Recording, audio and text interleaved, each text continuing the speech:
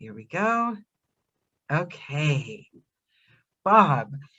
Okay, and I will say hello, everybody, as per normal. Um, okay, so this is so exciting because I wanted to pick your mind, being the thriller girl that I am, but I want to touch on a couple of salient points. Hmm. How long have you been a narrator? Because you do voiceover as well. Right. It's been going on now 20 years. You were a Audiobooks, narrator for 20 years? no voiceovers, and Okay. primarily live event. We used to call it being an MC back then. But yeah, live event announcer, but also narrations I've been working for the Washington Ear for almost 17 years now, uh, Wow. doing e-learning, documentaries, things like that, for almost 20 years now. Audiobooks, maybe the past five or six. And what brought you into this? Into the voice world, Yeah. it was How did someone it start? coming up to me saying, "You have a fantastic voice. You have to be in radio." And that's where I thought all voice actors came from radio. But yeah, I was speaking at my on my sister's wedding out at University of Notre Dame, and I was in the Basilica, and my voice over the mic, and the priest came up and he said, "I know you're in radio, and you know where I used to work." And we all laugh. We all laugh when we hear that Right. because they say that, right? And we all say, "Oh yeah, just because your aunt or uncle says you," but you really do. You really do. I was Well, saying before the call, it's like the Morgan Freeman effect. You've got that kind of voice. You feel instantly like you've. Now, do you find that it pigeonholes you in the types of jobs that you get because your voice is so distinctive? I did it first, and then that's where the acting part came in. So I could always get by as that announcer voice. That's what they wanted back then. Right. Sort of that straight announcery voice. Once we started getting into, maybe 10 years ago, into that conversational voice, uh, I am a little bit more selective. Although even back then, you could be a little bit more. I could try to do that, but that was part of the acting part of it. Now, how do I act natural? How do I relax? This isn't always this is my speaking voice, but my announcer's voice is something else. My narrator's voice is something maybe a little bit lower, that I I can saw some of your say. videos where you did, because I did comparing as a compare for burlesque shows and cabaret over here. It's not an easy gig because you have to manage everything Right, right. when you're that voice. And just so it's isn't it ironic? Do you ever do any heavy duty thrillers? Because you do a lot of you've got like a comfy, reassuring edge. Isn't that ironic that you were an okay, I'm not supposed to say you were a spy. You were an actual officer and you're doing the comfy, reassuring things. Right. Do you And do the hard edge, gritty things ever as well? well, it's kind of interesting where the industry takes you because, Yeah, first and foremost, I read nonfiction. It's political, it's World War II. That's what I read. That's what I like. I right. started narrating that, and those books really didn't sell that well. And so then it dawned on me walking into a Barnes and Noble, that the history section is one row, the Yeah. sports section are one row. Up above is romance and mystery. Yeah. And so I started doing mystery, and I enjoy those. Um, and then stumbled onto doing some romance. And I'm kind of the hapless middle-aged guy who's in New York. It's the Hallmark romance novels that I that I But that I you're read. versatile as well, I noticed, because I listened to the clip from your romance, and that's you've got a versatility. Do you, in your mind, do you have an idea of different tone depending upon the genre, or do you Exactly. let the script guide you all the time? Definitely the script, but definitely the genre as well. I know when something, because even within some of the lighthearted, I do the Corgi case files, which is something I never would have picked off a shelf, Yeah. but that was a first person narrative, and I wanted to try that. And I've just gotten hooked on those, and I have a pretty good relationship with the publisher and the author. And sometimes those will take some serious turns. And so you just have to be aware of those as you're going into it. And your voice will reflect that.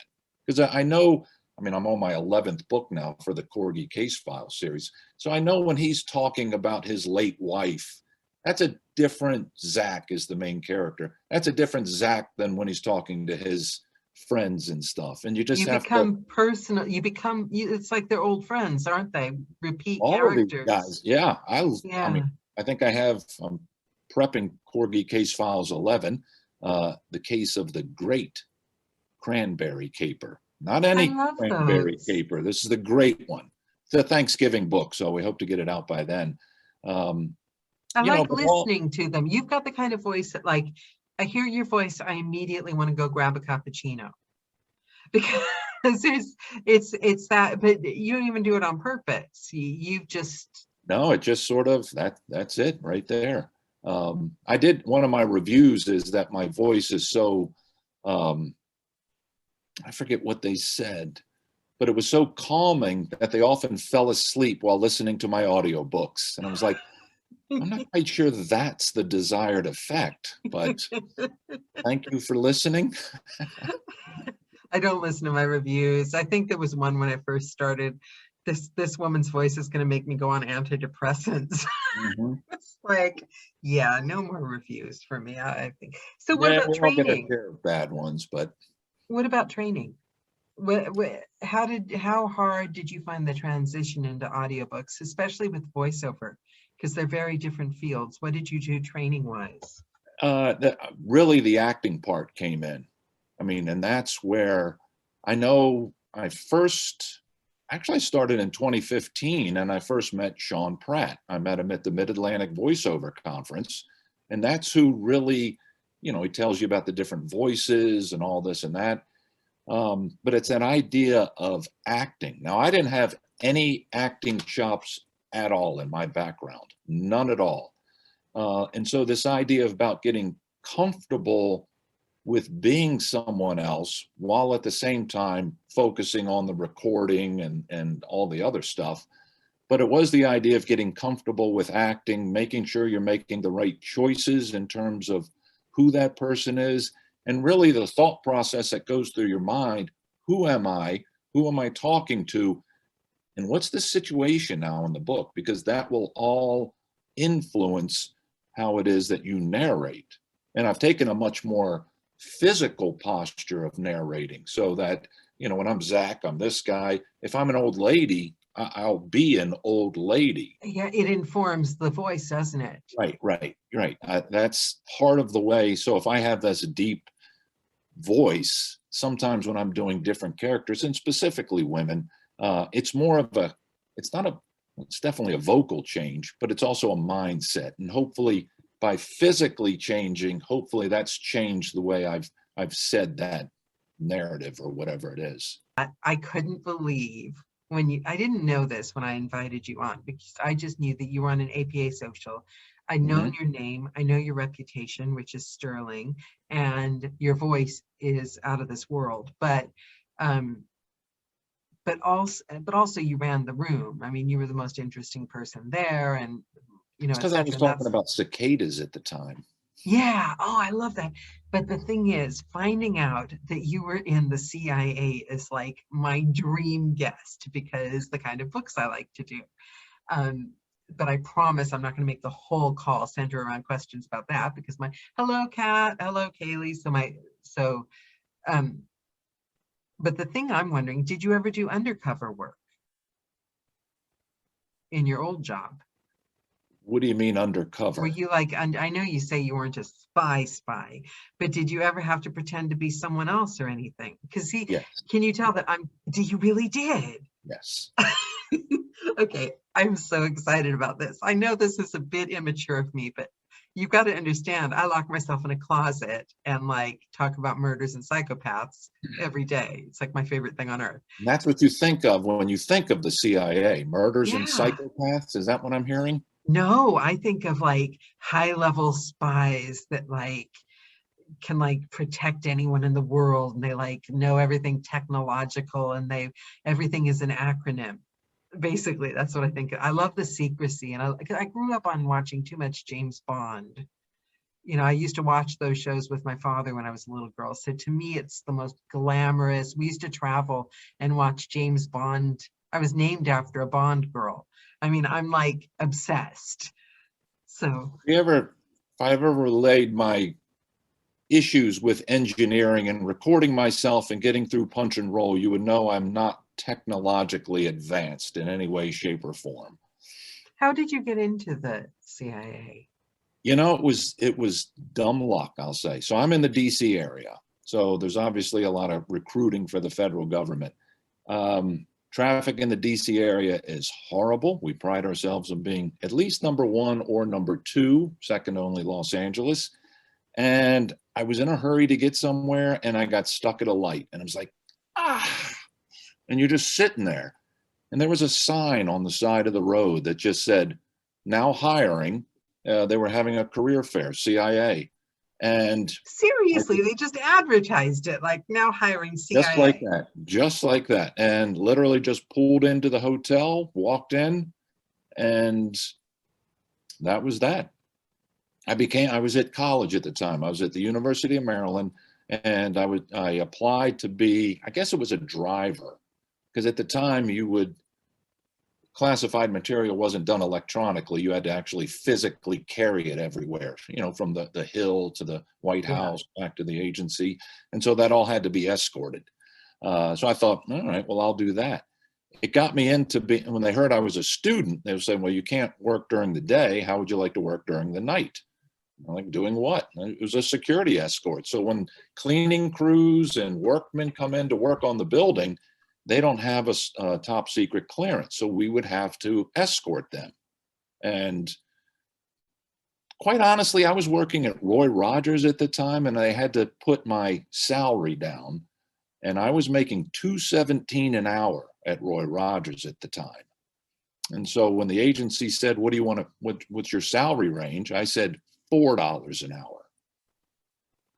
And they came back and hired me at $6.75 an hour plus night differential. And that's when I knew working for the government wasn't such a bad deal. So did you have to learn physical, how to save your own life and protect yourself and all that, and go through training and how to shoot a gun and all that stuff? It all depends on where you're going and what you're doing. So not everyone has to do that. But if you were being assigned to a particular area that required that, then you would. And that's generally the war zones. But, I served in Vienna, Austria. I was in Moscow for a while. And I was in Bangkok, Thailand, one of my 3 overseas tours. And so you get level. You could write a book. Have you ever thought of writing a book yourself? Because you've been narrating tons of them. And we never think what we do is altogether that interesting.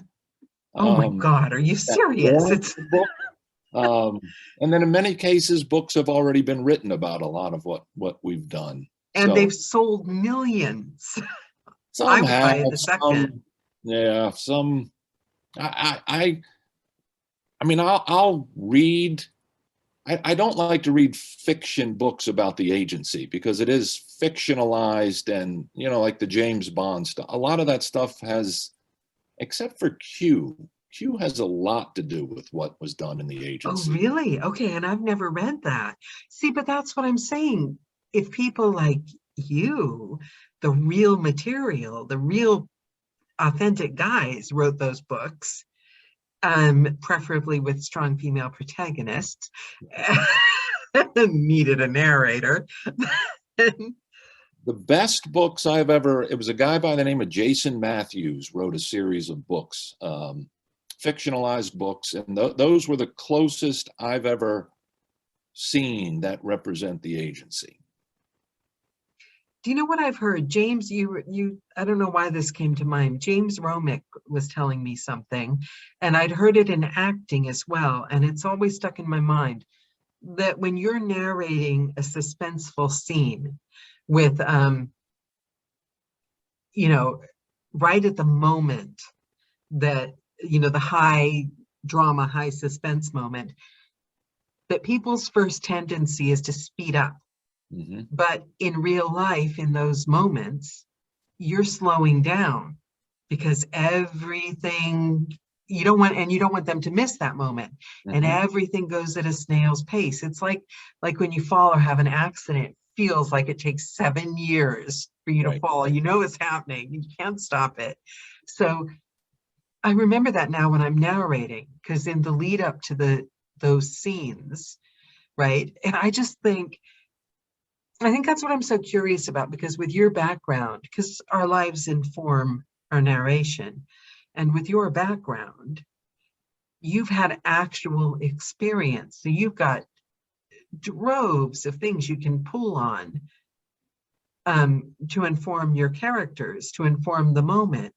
You've lived it.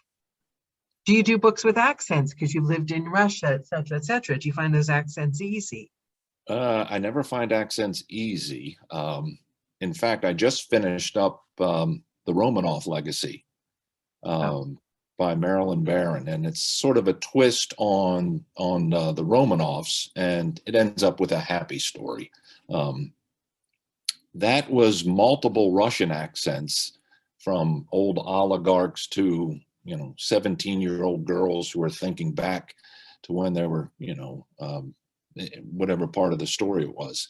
So I don't shy away from accents. In fact, with this particular author, she writes kind of like destination fiction. She's been to all these places, and that's what mm, drew me to her. Her first book was in Austria and Scotland, and I'm like, oh, that's weird. I've got kids who have been born in both of those places, and so I kind of liked the stories. It reminded me of those places, and so I've done more for her. So I don't mind doing character accents. The Romanov Legacy was chapter upon chapter of that accent. And I found that to be extremely difficult. So even the 17-year-old girl who's waiting to be the empress, there's 10 chapters of her thinking back like that. And then when I finally got the book and I looked at it and I thought, this is going to be difficult doing that. So it took a lot of warm up. And I struggled a bit. It took a long time to do the book. It took me almost 6 weeks to finish the narration part of it. But then it was once you were in it, that idea of going back and forth, if one of the colonels would come in and say, Katya, you must get out. He responded, no, no, no, no. He responded as me. I can't do that. And so going in and out of that accent, I found it to be more difficult than actually just staying in it. yeah. See, I find it easier if an entire book is an accent, then I find it easier. But because the only way I can approach an accent is by feeling the person. Mm-hmm. And as a result, I don't know if every single syllable is technically perfect, Right, but right. I tend to allow myself to balance it out with what I like to think my acting. So I have to feel the person. I have to be able to, um, but you've obviously got, and I mean, even just the bit I heard, you've obviously got a good accent, or you wouldn't be hired for a book like that. I mean, that's quite something. Yeah, and again, I don't know that I would. I mean, I would do it again if offered. I mean, we don't turn Yeah, down many books, but at the same time, it dawned on me just how difficult that is. So normally, the accent I do, the accent work I get is a couple of characters here and there, and in you a can book. sometimes be a little crazy with that. My issue with the Russian one is that I have a nice Russian accent for that prototypical Russian. Yeah, But to do that, the guy's wife, the maid, the daughter, the neighbor coming through, and I'm like, you're stretching the limits of my ability to do a Russian accent. And then that came back into the attitude. So his wife was, yeah, a little bit crazy, and I had to picture who it is that I wanted that to be. And for me, it yeah, was Cruella de Vil type of thing with a bit of a Russian accent, but she had that flair, and she was just teasing and and all this and that. And so that's how you narrated it. You were up and, doing all of this stuff. Yeah, Johnny Heller says did you have you ever seen the TV series Killing Eve? Oh yeah, love it. And she's my favorite character. And if anybody's not seen that, you have to see that. The psycho girl, I'm horrible with names. She's English. I think she's English or American. Yeah. Beautiful Russian I think part. she's That's English. my favorite Her accent work is unbelievable. She's unbelievable. And acting, I would kill. So I try to channel her anytime I've got like a Russian character in a book. Right. But like, to have that amount of talent, because to be putting on an accent and still act like that, to me, I mean, maybe it's just me, but so her handler in Killing Eve, and I forget his name as well. He was amazing. That's my main Russian character. Oh, I love him. Because when you think of the Russian accent and stuff, she put a lot of humor in that. And it's tough to do Russian humor because there isn't a lot of Russian humor. It's very dry, and everything was very, she was, that's what it was, the layers. There was one scene where she was standing there and there were like 5 completely different layers of acting just on her face with the most subtle expression changes. Right. And I just kept thinking, watching that TV show, that's what I want to do as a narrator. To be able to put that many layers of subtlety into your character's voice, because the audience is experiencing.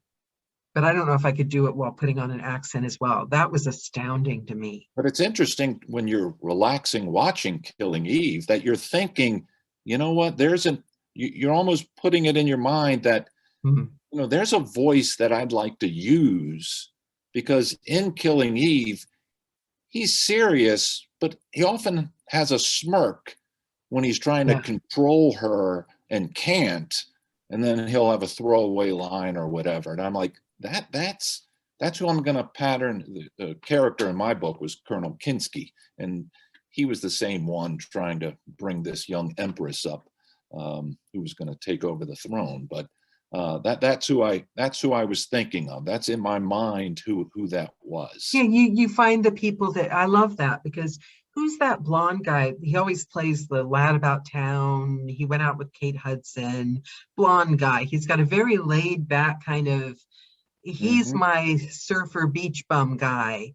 I can never remember anyone's names. I'm horrible at names. But he's got this, he does like commercials over here, like telephone commercials. Very, very laid back, nothing bothers him. Kind of a wry California kind of. It's like you find different people that are very familiar to you. Yeah. Is it Owen Wilson? Because that's my surfer. Yeah. That's my surfer guy. That's exactly right. And actually in Corgi Case Files, I never get much direction from the author, but when I did that very first book, his best friend is a veterinarian. And so, I gave him what I thought would be a vet's voice. And he came back and he said, I want you to be completely surfer dude with him. And in my mind, it didn't work. Well, he's a veterinarian. I don't see that. But I said, okay, I'll try that. And then that's it. That's, every line. Hey, Zach, how you doing, bro?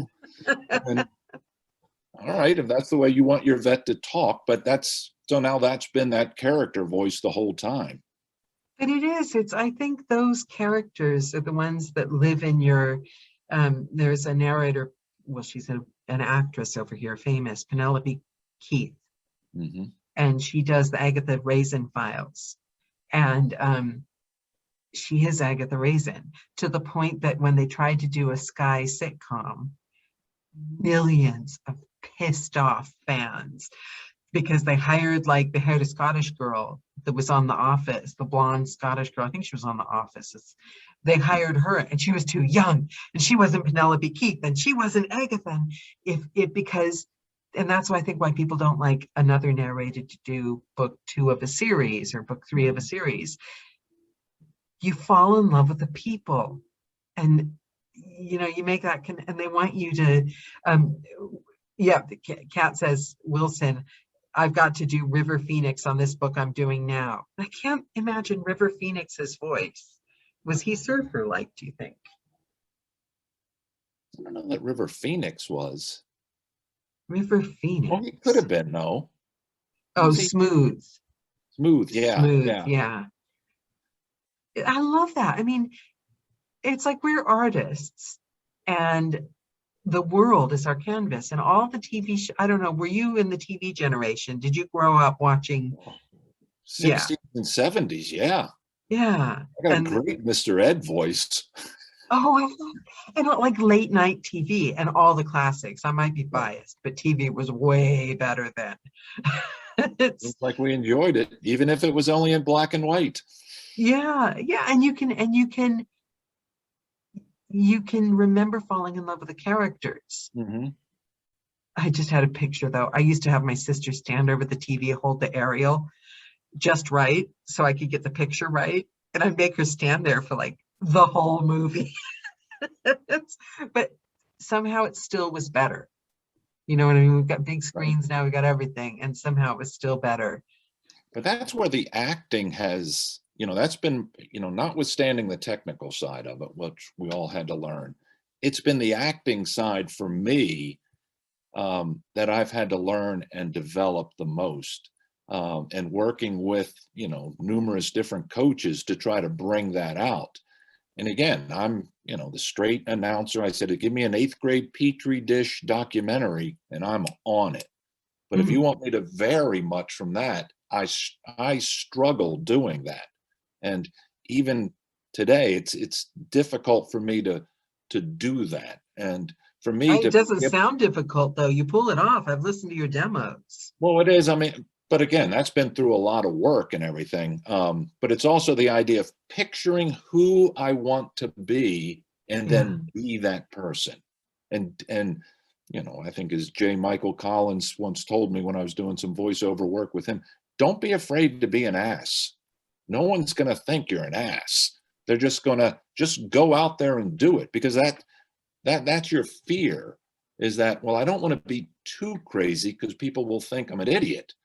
And it's like, people aren't Yeah. going to think you're an idiot. They're going to Well, think, even acting backgrounds, if you've got an acting background, I had the big actors thing. Oh my God, I don't want to overact. I don't want right, to be a bad actor because you're terrified of that because there's no actor on earth that hasn't been panned alive by those lovely critics. right.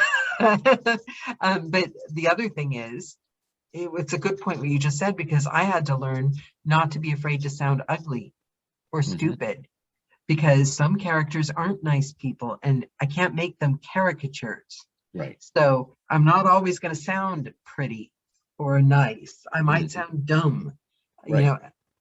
know, if somebody laughs at you, you've got to be what the character is. And maybe some characters you're not going to like. Mm-hmm. So Yeah, did there you? are some that you don't like. Yeah, I've heard a couple of books where you almost wish they almost use language to develop the character, and you're like, boy, man, 2 more chapters and you would have had this done well.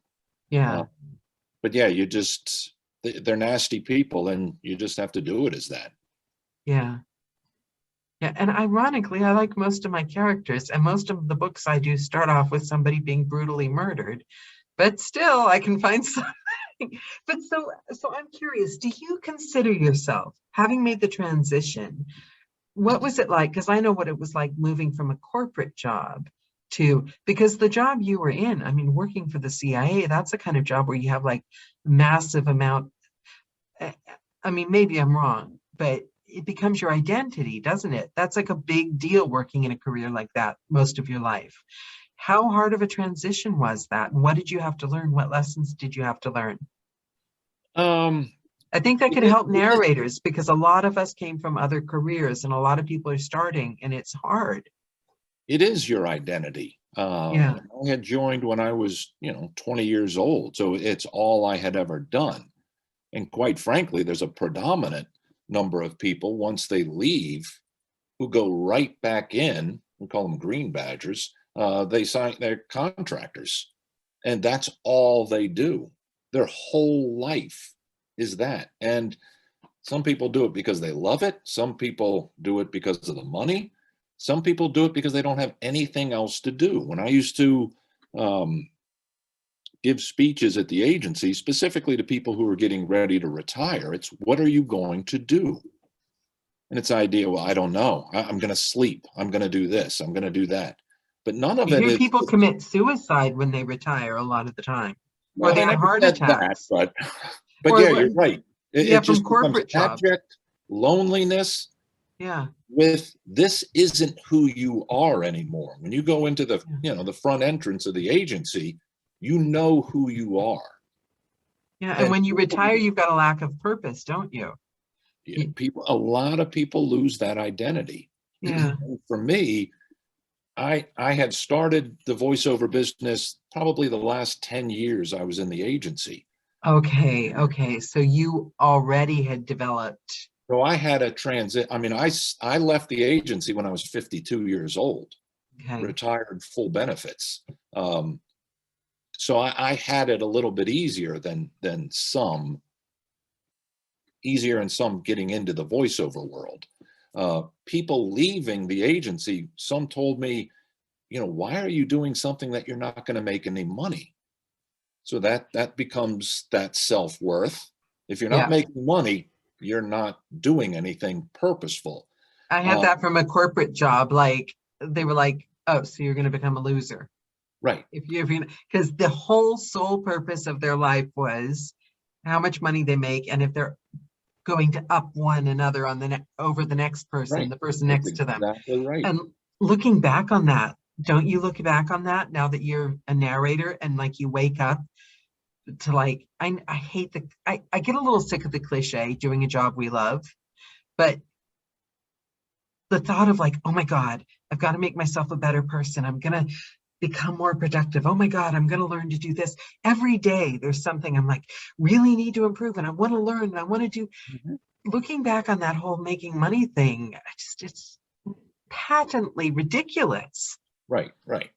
And again, Yeah. it's because you're never going to make enough money. I mean, what Yeah. is that level? Yeah. Uh, and I've been retired voiceover guy now. I think it's been 8 years now. And when I first got out, a lot of people that I retired with immediately got back into the contractor world. But again, even that has a timeline because other people are retiring as well, and they're closer to the agency than you are. Those people are being replaced. And then I've had those same people now come up and say, you're so lucky you found something you love to do. Yeah. And I always talk to my wife about it. It's almost sad because this is all people have. And they try to go back doing a little bit more, a little bit more. And it's like when I used to talk to people about retiring, what is it that you love to do? If you had all the money in the world, what would you do? Yeah, there's got to be something else inside of you, a spark. What did you want to be when you were 10 years old? Surely you Mhm. didn't want to be working in an office, Right. unless you're Michael J. Fox. Remember that TV sitcom? Right. That's what that reminds me of. Family Ties. That's what it was. Oh my Family God, I've ties, really yeah. aged myself now. But do you know what I mean? That's like, that can't be it. You've got to have some, but some people don't. Some people have just completely blanked that out. They've learned the lessons, joined the tribes. It is. And again, and that, now that they're coming up on the ripe old age of 60, 65, you still got another 20 years of life left, Hmm. maybe more. What are you going to do? And so a lot of people, you're lucky you have this. It started with volunteering. When Hmm. I started narration, I've been with the Washingtoneer now. It's 17 years now. And that's a narration service for the blind and visually impaired. That's I how get I no money. started, Royal National Institute, Yeah, I get no money RNIB. for it, but it helped with cold reads. It helps, and it just gets into your muscle memory. And that's now what I do every Monday morning and Thursday morning. I load it up and read for the blind.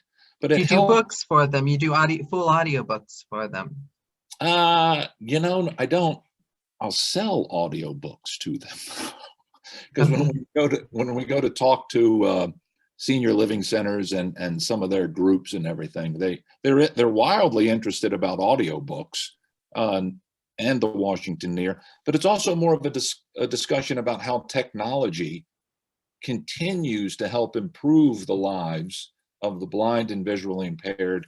There's also groups out there for the hearing, deaf, hard of hearing, and how technology has really changed all that in the last 10 years. As part of that, I got hooked up with, I think it was called For Your Eyes. It's an app.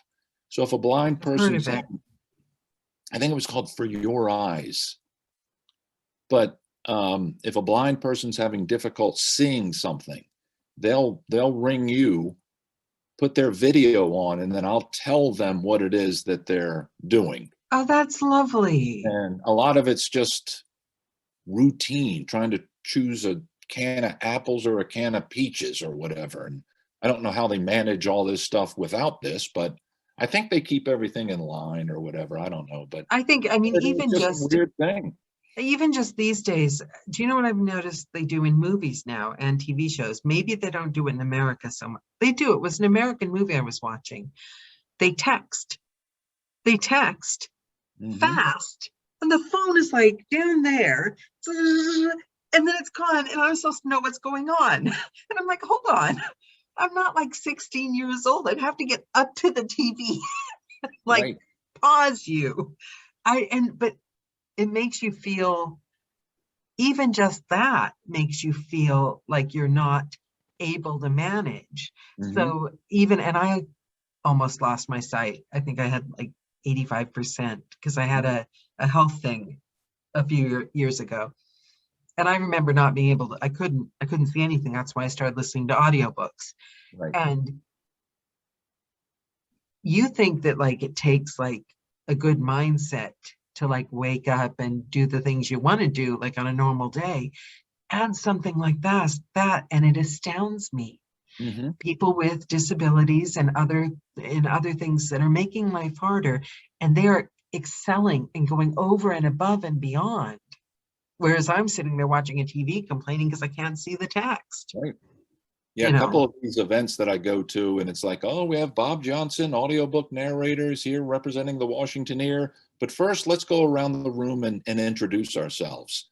And they'll start and they talk about what they're involved with. It blows my mind how busy these folks are and doing a variety of things, coordinating plays, trips down to DC and to see things, and they're just so active. And to me, it's just so inspirational yeah. because again, you worry about what you're doing, and it's like, Jesus, these people, they're not letting anything hold them back. And in But terms of, maybe that's part of it, though. Maybe it's yeah, because there's an appreciation for mm-hmm, what, when you don't have everything, or when something's been taken away, you probably have massive appreciation for what you do have. right, And I was still going to work. It's amazing. And I kept falling and fracturing bones because I couldn't see where I was going and I couldn't have any lights on at all. I was so light sensitive. So I would have to like leave because I managed a team of 18 secretaries right, and it was appraisal time, I remember. And in between each appraisal, I'd have to go down to where they were doing construction on the floor below and sit in the dark to like manage the headaches. So it's like you don't but I never at that point thought the headaches were the big problem, not mm-hmm, the sight. So that was just a side effect. But it was afterwards when I suddenly woke up from the surgery and I could see.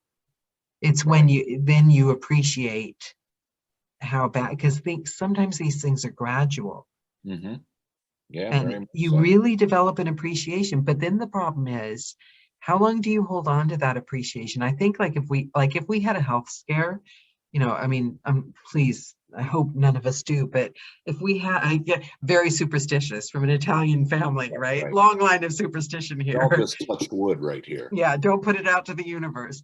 But we would be and if we made it through, we would be very grateful for about 3 days. And I don't know about the rest of you, but I would be back to whining, annoyed with the builders, because I don't know why. I don't know why it's hard to, I don't Because you know. go back, I mean, what I was saying is that some of the folks that I met that were blind or visually impaired, that they had a much more difficult time if they became that way later in life than the ones who were born blind. Because for them, this is all natural. And what I heard from listening to some of these folks work with each other is that they're trying to recreate what was with the circumstances they had. And And it's something's like, been no, taken it's away all from them. changed. Right. It's all changed. Yeah. And you need to adapt to that. And it's not the same. And, you know, many of us are doing the same thing now, I hope, coming out of the pandemic, is that, are we going to go back to our old, is everything going to be the same as it was, or are we going to adapt and have something done differently? I don't know. Nor do I want to get into any political talk here or anything like Yeah, that. no, I know. I was quite happy not leaving the house before the pandemic, so I'm planning on just keeping that up. But because I had that horrible job and because I fractured, I think up to like 50 times Right. bones, the world began to feel unfriendly to me.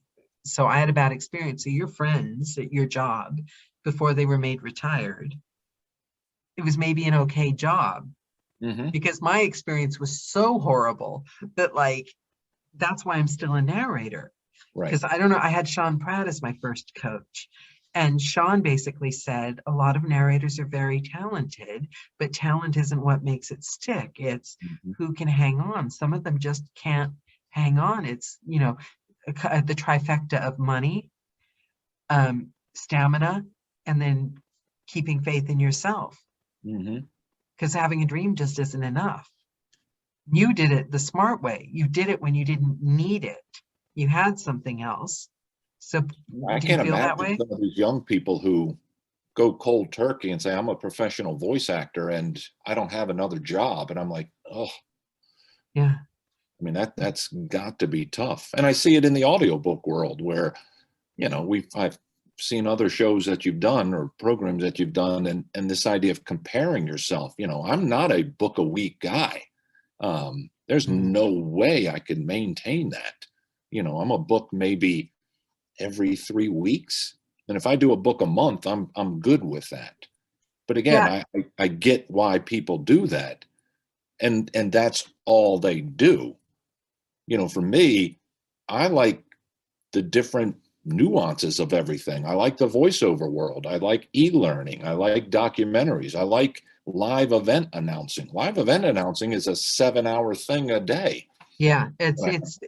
See, I liked all that stuff until I found narrating. And now, anytime I try to do like, I've got voiceover agent, and I used to go out and do jobs. Now, anytime I get a chance, it's like, really, I could be recording. It's like life is getting in the way. I found the one thing that I like, and it's what I like. You know what I mean? But I see a lot of people, they start, and I remember you said something really interesting there, because I remember the first day I woke up, I don't know how many books in I was, and I thought, I'm an audiobook narrator. And like, I repeated it a few times. I'm an audiobook narrator. I really am. And it didn't feel fake. Like in the corporate jobs, or they'd give me a title and then they'd have me, like, you always think they're wanting you to go grab the cup of tea. Right. Who's on voice rest for a few days? Was that Kat or Kaylee? Oh, Kat. Voice rest for a few days now, very frustrating. That's the thing. You bring the person you were in your last job into your job now, and you push yourself, and you're a freelancer. So voice rest should be fine. This is the ideal job. You know, we should be setting our deadlines out far enough. But do you find that you brought your habits in your old job into your new job? I quickly fell into, there was a period of a lull trying to learn, how this whole industry works, because, you know, when I retired, everything was home studio then, or moving to home studio. There's very little in studio work. Had not considered audiobooks at all at that point. Um, but it's the idea of, what I take from the old job is that idea of preparation, getting as much information as you can first, and then making a decision. Not always the right decision, but a decision made. And if it turns out to be, that was probably not the book I wanted, or this wasn't a wise choice. Okay, let's go back. You do that whole lessons learned thing. Yeah, Where had a did I few of go those. wrong? And you can be, when you're a freelancer, and how it differs from the corporate world, you can be a little bit more honest. You don't have to say it out loud, but was I chasing something that I thought was there and turned out it wasn't?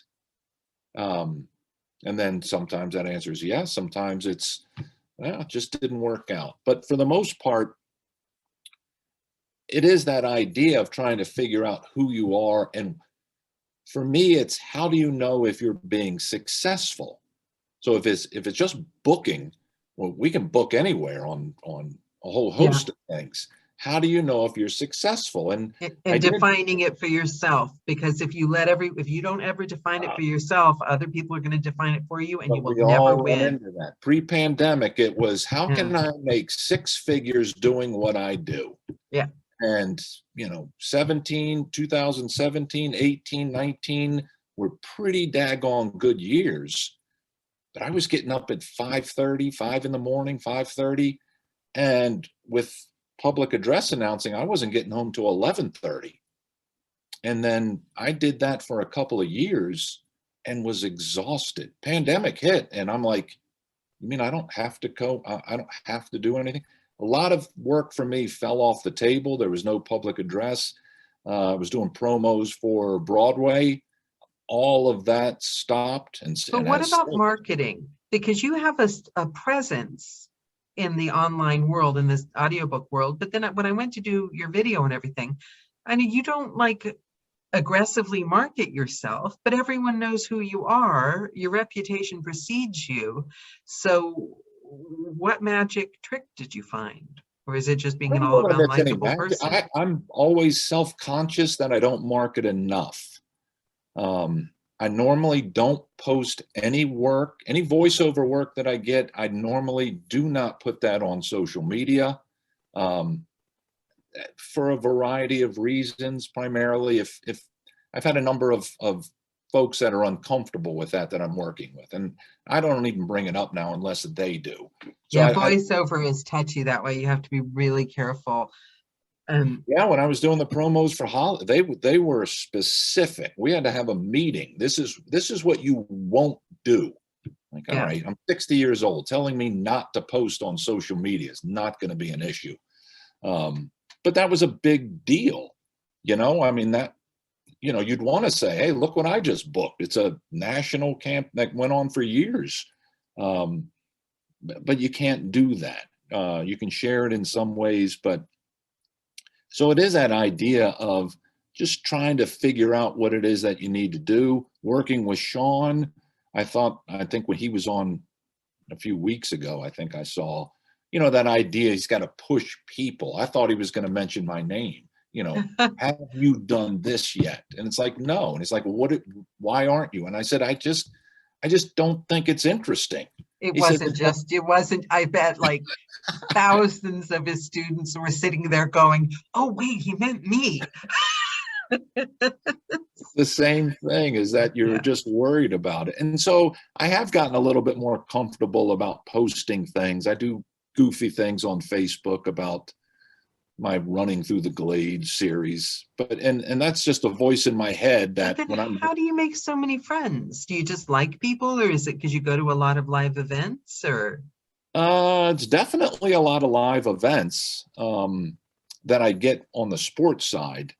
See, I always think of myself, you just said I'm a audiobook narrator, and I haven't yet defined that for me yet.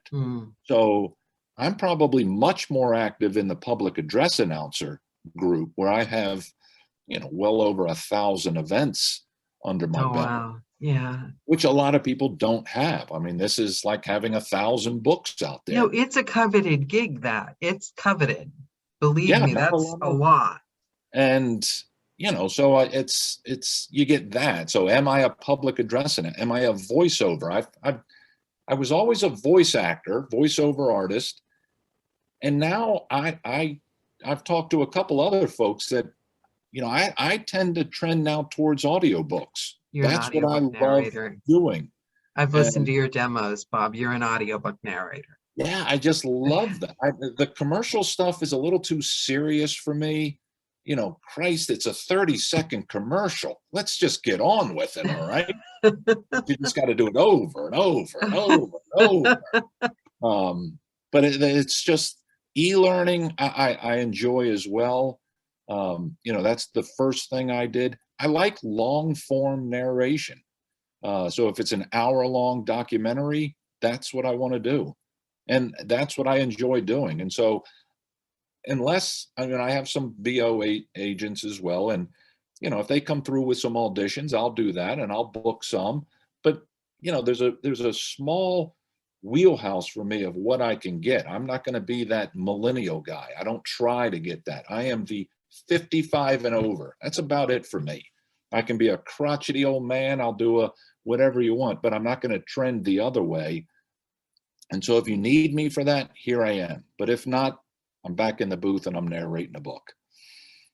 And I feel very comfortable doing that. Whereas before I was a little bit stressed, like I haven't booked anything in a week. What Yeah. is wrong? And It stops being about the chasing. It just becomes, yeah, I know when I realized that I'm not going to be that guttural stop girl, I can't even imitate it if I tried, but and it's very, very popular and fair enough to those that can do it. But there's like a fry at the end of every sentence. right. Well, I don't do that. I actually soften the end of every sentence. It's who I am. I don't think I'm capable of that, but that means I'm not going to get the snarky characters, Right. those kind of snarky. That's not me. I'm not YA, Mm-hmm. I'm not Thelma on Scooby-Doo. I'm just not. But you kind of like don't care after a while because you get so Right. You're busy doing what comfortable you with like what to you get. do. And again, since there's something to be said for longevity as well. Yeah. For people who just I think there were some surveys that I saw online about, 0 to 3, there's X percentage of voice actors. Boy, 3 to 8, 3 to 9, it really diminishes. And then it picks up again after 9 or 10 years. And I kind of have that feeling now. I've been doing this now for 20 years. Here's who I am. This is what I can do for you. And I don't want to say it took that long to get that level of confidence, but maybe it took that long to feel confident about who you are and what you can do, and more specifically, what you can't do. Yeah. And no apologies either. And it comes out on your website, the references, the praise that's on your website, reviews or whatever. He's professional. He's our go-to guy. He's who we use. Simple. Yeah, that and you love to hear that. Yeah. You don't always want to be, well, you always want to be professional, but sometimes if you advertise yourself as being professional, it means serious. Yeah. And while I am serious, I can be not serious. And that's come through with relationships. I just did this big e-learning thing for Delta Airlines, their in-flight service training. Oh, cool. And that started with, reaching out to this company, and we were supposed to have a directed session, but somehow it got skewed and we didn't have it. So I had a chance to talk to the producer for an hour. We were just on the phone. And I think with those relationships that you build, now they just come to me. Hey, Bob, we have this. Can you do it? And you're professional in that you can get it to them that day or the day after. But the idea of doing long form, especially for e-learning, they may come through and they, hey, Bob, we apologize, but we got a $9,000 or 9,000 text or word script, you know, you think you can do this by next week? And as an audiobook narrator, you're like, well, I deal in 80 to 90,000 Yeah, words. it's like, So are you 9,000, kidding? I'll Have you have met you. me? But do you Well, not find they're your friends now? No, I mean, you're not going to go camping, to Ibiza with them, but like you hear from them and it's not all about what can I get from you. It's you're excited, you like touching base. I find that like I enjoy talking to my agent just for the sake mhm, of talking to them, whether I'm going to get the job or not. right. Yeah. And And it's that's, I just, think, where it becomes, yeah.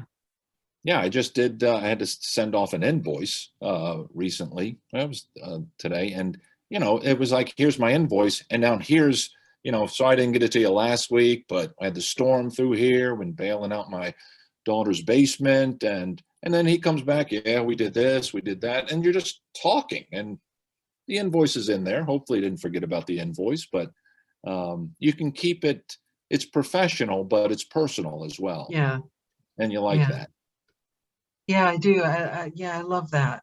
I still count myself as professional, um, because it's important to me, but other words I've let go of from corporate work were appropriate. yeah, yeah, I don't ever want to be called appropriate. It's like the biggest insult on earth. right. Things Appropriate. like that, like fitting in and like, I just, yeah. So, But it's you nice know, because you have like the corgi books that I do. You know, that's I've been working with that author for, you know, it's been almost 3 or 4 years now. The Romanoff Legacy. This is my third book, and it's nice that I can just chat them up. And I mean, we'll talk about the book, but a lot of times I'll talk about, hey, what were you thinking when you came up with the name Wolfgango? And he's like, I said, I'm just curious, and it's, you know, no big deal, but the hell kind of name is Wolfgango? She goes, I heard it on a late night talk show, and I thought it would be cool for a character. And I said, well, you realize it's going to be difficult to say that. As an American, there's a German voice in there and there's a Russian voice in there. So Wolfgango might come out a little bit differently. And she laughed. She says, yeah, just have fun with it.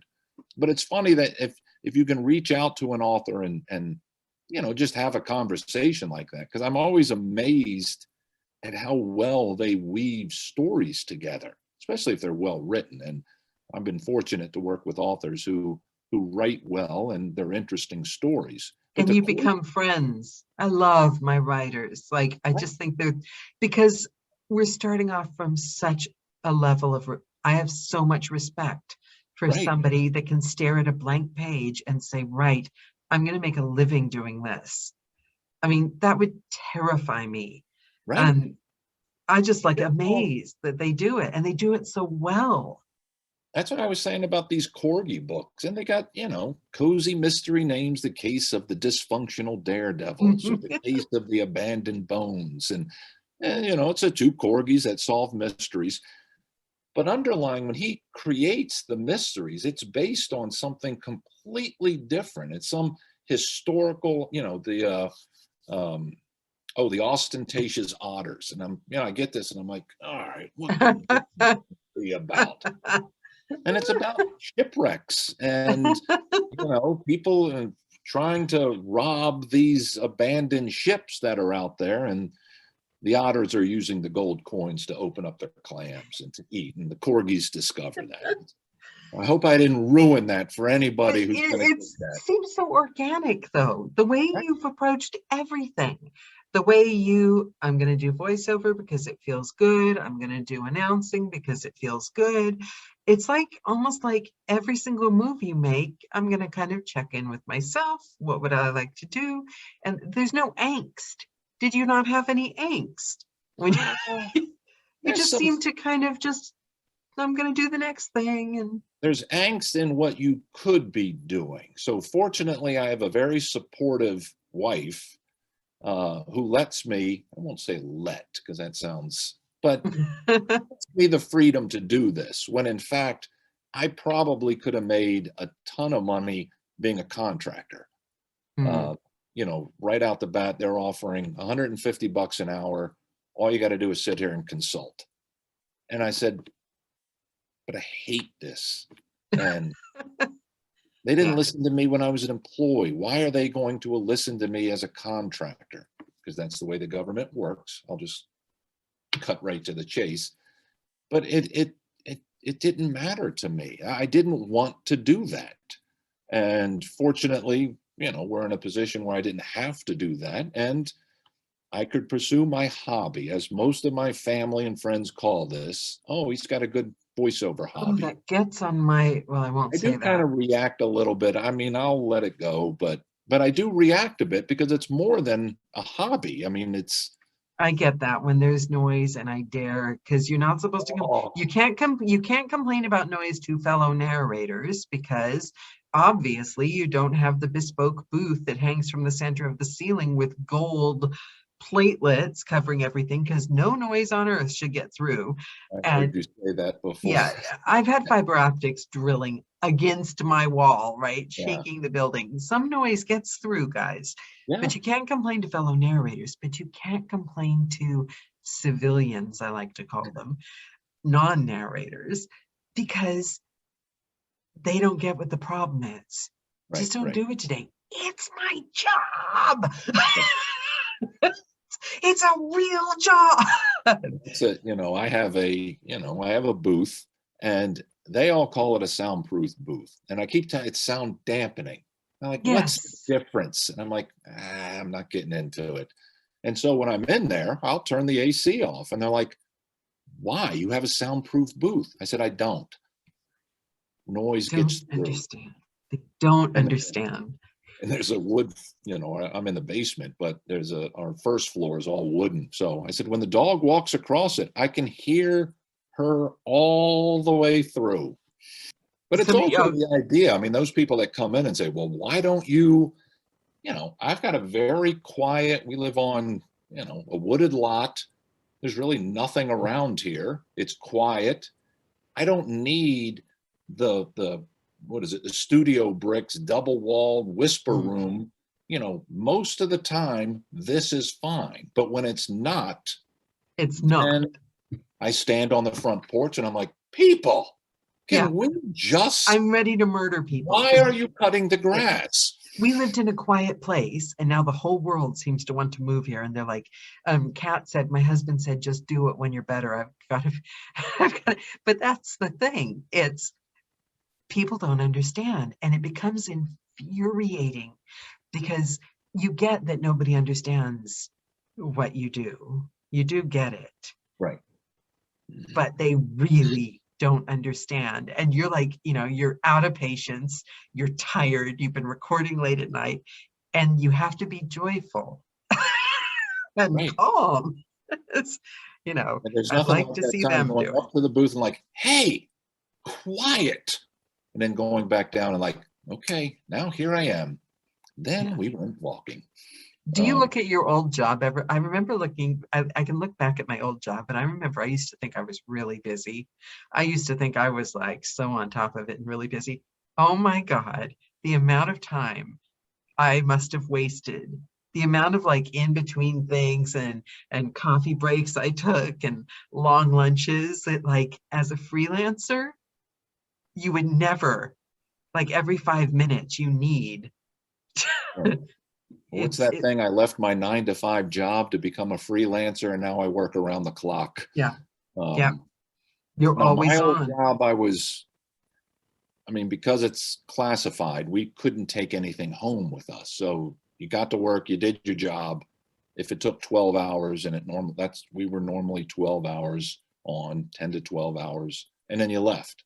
So the good news is that you didn't have anything else to do. Whereas as a freelancer, if we're watching TV upstairs, I might have my notepad here. I might be doing some emails, or I'm taking note of a character accent. Like, Exactly. you know You what? can't turn it off even when it's turned off. You're constantly doing that. First thing in the morning, you're getting up, you're checking emails, you're doing whatever I have to do. Now, I like it because I get the freedom of time. I cut the grass today. I know I wasn't going to be narrating this afternoon. And so I can do things as I want. I have a new grandson. I think I might have inadvertently sent you a couple of pictures of my grandson, No, but but I love that because that's joy, and joy right, is an important element in this job.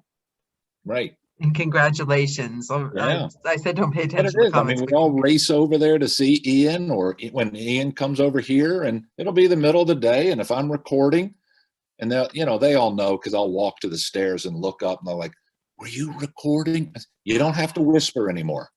I'm not in the booth, but you have to, those things, right, grandchildren, I got a new pet, those things, the things that make your heart sing, that make you a person, right, they help your job too, sure, because they absolutely. make you a happy person, not one You got a dimensional. bird, didn't you? Yeah, yeah. Oh my My God, it's like my having a wife's newborn. sister used to have a budgie, I think they were Yep, called. it's a budgie. And that used to freak me out when that thing was flying around the house. Yeah, well, my other two were tame and they were just on my shoulder all day, Oh, like yeah, everywhere. Just, but this one's very new and he's a baby and he's not tame yet. So there's lots of, what am I doing wrong? What am I doing wrong? Okay, just be quiet for 2 minutes. I'll try to fix it. It's like a hostage situation, and I'm the pervert that's got him locked in the basement. He's wondering how to get out yeah, still. yeah. Well, it's all the cage you built for him and everything, and Yeah, I hope it works out. I hope it will. I'll love it. And you have to have pets. You have to have yeah, pets, plants, homemade food, children. You have to have something in your life, whatever it is that you love. You hmm, have to. I mean, I'm not good at, because a lot of the advice is, and I'd love to impose a structure on your day, a routine, so that you can create a 9 to 5 kind of thing. But my brain starts to feel trapped, and I'm not good at that. And I do think about work 24/7, but hmm, I also 24/7 think about my pet, think about my husband, think about my family. right. You know, I am not leaving parts of myself at the door. I'm not sobbing and being weird while I'm narrating, but I'm not that person. I'm a full package. And I love that about you because you seem to were you ever afraid or paranoid or stressed out in your old job? Was it like, were you ever in scary situations? People can't believe what I do now based on who I was at the agency. And I think one of my going away presents they gave me was this. It's got an F and a bomb because again, that's I was there for 32 years. Nothing happened that I hadn't seen before. And when Wow. people, especially young people, it was a whole different culture. And it's like, here's what we're going to do. Well, we're kind of here's what we're going to do. And it would be like, hey, F that. This is what we're doing. Get on with it. Yeah. And so it was that. And you knew that wasn't you, but when you're at work, that's what you did. Was it And like the military, like very structured and hierarchy and all that? there isn't, I often yearned for the military. uh, but yeah, I mean, things were getting a little bit more, well, let's talk about it. Let's get a team together. Let's do that. And it's like, why? We know what's Yeah. going to happen. We know how this is going to work out. Oh God, the Let's need do for it. consensus. My old company That's was always, exactly but they right. didn't really want consensus. What they didn't want to do was actually do any action. They didn't want to do anything. Consensus was an excuse. You're never going to get a room full of people in a meeting to agree, ever. So why are you What they were wasting all our hiding time? from, I'm going to be anti-government now. What they were hiding from was accountability.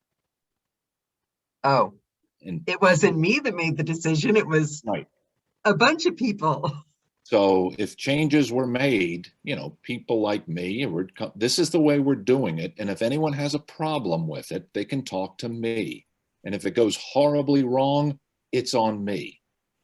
Now, hopefully things didn't go horribly wrong, but we did have some things, but nothing that you couldn't fix. And to me, it was like, listen, but at least we didn't waste weeks trying to come up with this. Just do it, go on, tack. If it doesn't work, go to another way. Let's just keep moving forward. I love that. I agree with that because the woman they did a movie about her. Here I am with names again. The woman that was the Vogue editor in New York, Right, and the right, Devil Wears Prada. right. And she's famous. I can't, Winter, Anna Winter. She's famous Yeah, for in a saying winter. that she doesn't care what the decision is, make the decision Right, quickly and immediately. That's how you get respect. right. So you just say yes or no. Is it the blue one or the white one? You choose one. It doesn't matter what the decision is. It's the fact that you are the one that makes the decision. You've got the power, the control, and the authority. But nobody these days wants to ever make a decision. It Right. drives me And crazy. nothing ever gets done. One of the beauties of the voiceover world, especially audiobooks, because once you get that book, for me, one of the most exciting things is setting up the file structure. Yeah. Corgi case files 11, WAV files, characters, MP3, and it's empty.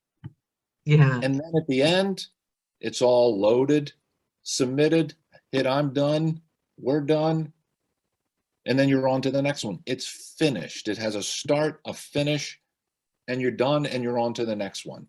And I love that about The audiobooks. structure. And also, I learned early, well, I didn't learn early on. It took me a while, and it took me a few very bad experiences. One last note, because I'm going to hit you with that final question too. But I learned that at the 15-minute sample, I want them 100% happy. Mm-hmm. If I even think that there's a misunderstanding and they don't understand and they think they can take care of it later, I Right. say, I wanted 100, I'll do it again, but it has to be 100%, or maybe I'm not the narrator for you, because there's nothing worse than Mm-hmm. working on a book and worrying that they're going to be disappointed in the end. Right, right. To me, you learn the hard, that was the big, okay, now speaking about big lessons learned, Uh-oh. Bob, for the YouTube audience that's going to be watching this in 60 years, what Oh. final words of wisdom would you like to leave them with? I guess I would say just don't be afraid. Don't be afraid to pursue what it is that you want. Don't be afraid to tell people what you want. And even though you might not be able to get there right then and there, just don't be afraid to pursue it, because there will be a time that presents itself, and then you just take it. But for me, it really is don't be afraid. And I know early on, I know I'm this confident character now, but I'm 60 years old. But early on, boy, you were afraid. You were afraid of screwing up. You were afraid of letting people down. And that's how you lived. And it does, after a while, it's just like, you know what? I'm not afraid anymore. Everything's taken care of. I'm good. I love that. I love that. And I still go back to the reason I wanted to get you on here. I love the way you just you're easygoing. Like, everyone, be like Bob. And it is so funny you say it, because if my wife were to hear this, or anyone that I used to work with said, wow, look at Bob. Because again, that was not me. This idea that I had an F-bomb, I haven't had said this word, it's been within the week, but it's not all the time.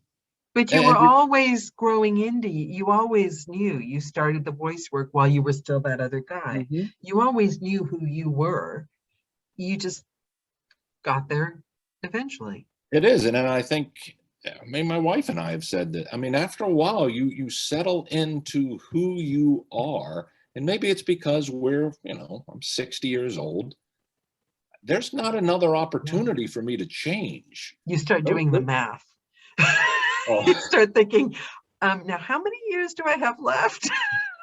But it is, you only get so many times where you can reinvent yourself, high school to college, when you get married, when you work, when you retire. There's not much more I can do to reinvent myself. Although I'm still trying to. I think you've got some tricks up your sleeve, Bob. Not much, but the CIA to narrating. You pretty much I don't know what could be next, but I really do enjoy where I am right now. And, more importantly, and you came from the corporate world, I like everyone that I work with, Yes. you And know? respect and admire them too. Right. It's exactly right. Yeah. And everyone is so different, yet everyone wants the same for themselves, but especially they want the same for you. Yeah. And we weren't Be- used to that. They're happy because Yeah. we're working with happy people. They can afford to want you to be happy because they're happy. Yeah, What a I think difference. so. And it is, it's a very, I know when I go to some of these conferences and it is, everyone's happy and you're like, people, it's Yeah. just almost like a cult. It Settle took me I, down. But it took me a few years to like figure out that they weren't fake because I was like, there is that too. yeah, And I'm naturally suspicious based on where I worked before, but like, what's your angle? What is it that you want from me? Most of it's nothing. You yeah. reached out, you wanted me to be on your show. What is she thinking? What does she want? Yeah, It's it's nothing. hard. And I always hear, oh, if a well-known narrator refers you to a publisher. I had a well-known narrator say, oh, I know so and so once, and I said, oh, no, no, no, no, it's okay. I don't need to work for that public. Like, I could have kicked myself afterwards. But Mhm. thank you so much. It's been a pure pleasure. Thank you for your time. This is Oh, my wonderful. pleasure. Thank you for having me. I always appreciate the conversations that you have with everyone, quite frankly. I'm one of those ones that rarely comes on in person. I I'll watch that later when I'm working or something, and I'll have you on. And I just love the conversations that you have with people. That yeah, I think that builds that human connectiveness that you have. It's not just a rote, hey, have you done this? Did you do that? What's your yeah. favorite animal? And I just like the conversations because you don't know where they're going to go or where they're going to end up. Because there's such fascinating people that we work with. Hmm. I think that's the great thing. I'm spoiled for choice. Like, who wouldn't like, yay, I get to like delve into the past Right. of another amazing person. So wow. When we're not on Zoom, maybe I'll tell you a little bit more about what we do Okay, in the yes, yes. agency. That is almost enough to tempt me to show up in public in person There someday. you go. I'll have to see There if I you still go. own shoes. Yeah. Or long pants. Yeah, exactly. Thank you so much, Bob. Thank you guys for joining. Thanks, everyone. Take care. You guys have a wonderful night or day, whatever time it is over there. And Good I to shall be see you on ladies. YouTube. All right. See you, Okay. Daniela. Thank you Bye. again. Bye. Bye, guys. Bye. Bye, everyone. Bye. Syncopated washboard rhythm song. Come on, everybody, tap along. First you scrub a dub, then you tap and rub. You might have to yell when you hear the bell ring out loud and long.